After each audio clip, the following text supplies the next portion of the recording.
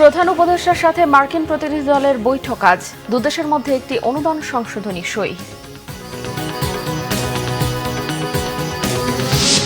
হত্যা মামলায় গ্রেফতার সাবেক জনপ্রশাসন মন্ত্রী ফরহাদ হোসেনকে আদালতে হাজির করা হতে পারে আজ। বরিশালের সাবেক এমপি ঢাকায় আটক। গাজীপুরের কালীগঞ্জে কাভার্ড ভ্যান চাপায় নারী ও শিশুসহ অটোরিকশার ৫ জন যাত্রী নিহত।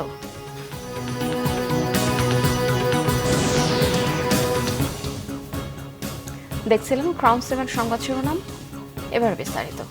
যুক্তরাষ্ট্রের দক্ষিণ ও মধ্য এশিয়া বিষয়ক সহকারী পররাষ্ট্রমন্ত্রী ডোনাল্ড লু ঢাকায় ব্যস্ত সময় পার করছেন।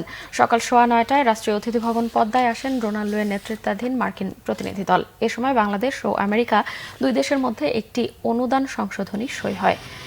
এটি 3 বছর আগে করা ডেভেলপমেন্ট অবজেক্টিভ গ্র্যান্ড এগ্রিমেন্ট শীর্ষক চুক্তির অধীনে। এতে বাংলাদেশের পক্ষে সই করেন অর্থনৈতিক সম্পর্ক বিভাগের অতিরিক্ত সচিব AKM শাহাবুদ্দিন। যুক্তরাষ্ট্রের পক্ষে সই করেন USAID মিশনের ডিরেক্টর রিড অ্যাশলিম্যান।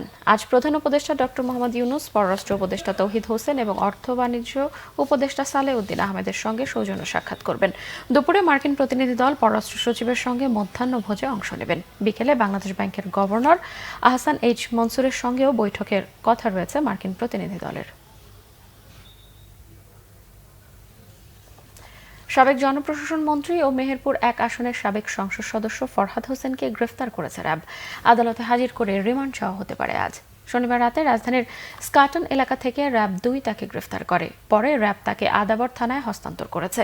গত 5 আগস্ট বৈষম্য বিরোধী ছাত্র আন্দোলন চলাকালীন ছাত্র জনতার ওপর গুলিবর্ষণ ও হত্যার ঘটনায় মামলা হয় তার বিরুদ্ধে। 2014 সালে অনুষ্ঠিত 10ম জাতীয় সংসদ নির্বাচনে আওয়ামী লীগের মনোনয়ন নিয়ে একতরফা নির্বাচনে এমপি নির্বাচিত হন ফরহাদ হোসেন। 2018 সালে একাদশ জাতীয় সংসদ নির্বাচনের পর হয় জনপ্রশাসন মন্ত্রী। সর্বশেষ দ্বাদশ জাতীয় সংসদ নির্বাচনের পর তাকে পূর্ণমন্ত্রী হিসেবে দায়িত্ব দেওয়া হয় জনপ্রশাসন মন্ত্রণালয়। এদিকে বরিশাল 2 আসনের সাবেক সংসদ সদস্য শাহে আলম তালুকদারকে আটক করা হয়েছে। শনিবার রাত 8:30টার দিকে তাকে মারধর করে গুলশান থানায় সোপর্দ করে জনতা। বিএনপির ভারপ্রাপ্ত চেয়ারম্যান তারেক রহমান বলেছেন, সবল ও শক্তিশালী গণতন্ত্র গড়ে তুলতে বাংলাদেশকে এখনও অনেক দূর এগোতে হবে।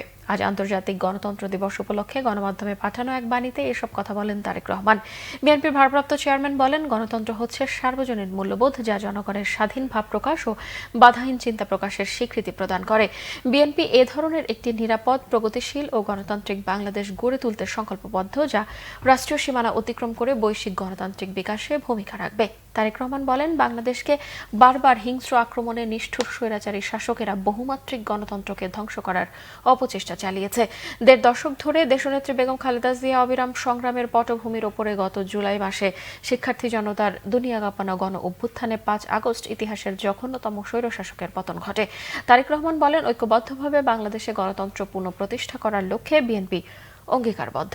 তিনি বলেন, রাষ্ট্র মেরামতের ভিত্তি হবে অবাধ, নিরপেক্ষ ও অংশগ্রহণমূলক নির্বাচন, বিচার বিভাগ ও গণমাধ্যমের স্বাধীনতা এবং গণতন্ত্রের সব মূলনীতির প্রাতিষ্ঠানিক প্রয়োগ।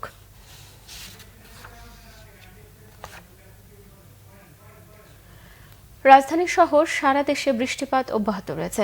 এতে দুর্ভোগে পড়েছে সাধারণ মানুষ। স্থল নিম্নচাপের কারণে দেশের ভেতরে ভারী বৃষ্টি ও ভারতের উজান থেকে আসা ঢলে দেশের 8 জেলার নিম্নাঞ্চল এরই মধ্যে প্লাবিত হতে শুরু করেছে। উপকূলীয় 5টি শহরে সৃষ্টি হয়েছে জলাবদ্ধতা। অন্যদিকে দমকা হাওয়া ও ভারী বৃষ্টিপাতের কারণে দেশের সব কয়টি সমুদ্র বন্দরকে 3 নম্বর সতর্ক সংকেত দেখাতে বলা হয়েছে। আবহাওয়া অধিদপ্তরের পূর্বাভাস, দমকা হাওয়া ও ভারী বৃষ্টিপাতের কারণে কক্সবাজার, চট্টগ্রাম, ফেনী, কুমিল্লা, যশোর ও নোয়াখালী শহরে জলাবদ্ধতা তৈরি হতে পারে। চট্টগ্রামে পাহাড় ধস ও উপকূলীয় নদ-নদীগুলোতে 1 নম্বর সতর্ক সংকেত দেখাতে বলা হয়েছে। আবহাওয়া অধিদপ্তর জানিয়েছে, স্থল নিম্নচাপ ও শক্তিশালী মৌসুমী বায়ু একত্রিত হয়ে সারা দেশে বৃষ্টি বেড়ে গেছে। আগামীকাল পর্যন্ত বৃষ্টি বাড়তে পারে, তারপর থেকে বৃষ্টি দ্রুত কমেও আসতে পারে।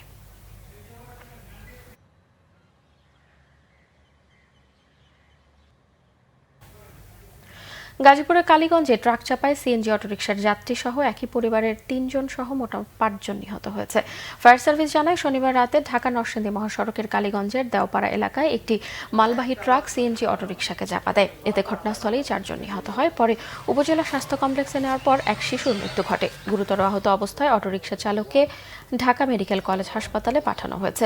নিহতরা হলেন সাতক্ষীরা সদর থানার হাজিপুর এলাকার মগরব আলীর ছেলে নাজমুল হোসেন, গাজীপুরের নোয়াগাঁও এলাকার সুভাষ কর্মকারের ছেলে অমল কর্মকার, নরসিংদীর শিবপুর থানার একসাল এলাকার আব্দুর রহমানের স্ত্রী রাবেয়া বেগম, ছেলে মোহাম্মদ আলী ও নাতি আমানুল্লাহ। ময়নাতদন্তের জন্য মরদেহগুলো রাখা হয়েছে মর্গে।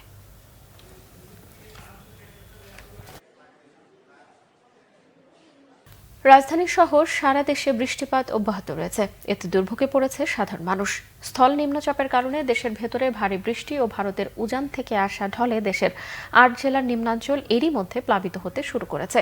উপকূলীয় ৫টি শহরে সৃষ্টি হয়েছে জলাবদ্ধতা। অন্যদিকে দমকা হাওয়া ও ভারী বৃষ্টিপাতের কারণে দেশের সবকয়টি সমুদ্র বন্দরকে ৩ নম্বর সতর্ক সংকেত দেখাতে বলা হয়েছে। আবহাওয়া অধিদপ্তরের পূর্বাভাস, দমকা হাওয়া ও ভারী বৃষ্টিপাতের কারণে কক্সবাজার, চট্টগ্রাম, ফেনী, কুমিল্লা, যশোর ও নোয়াখালী শহরে জলাবদ্ধতা তৈরি হতে পারে।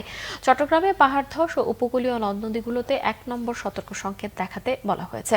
আবহাওয়া অধিদপ্তর জানিয়েছে, স্থল নিম্নচাপ ও শক্তিশালী মৌসুমী বায়ু একত্রিত হয়ে সারা দেশে বৃষ্টি বেড়ে গেছে। আগামীকাল পর্যন্ত বৃষ্টি বাড়তে পারে, তারপর থেকে বৃষ্টি দ্রুত কমেও আসতে পারে।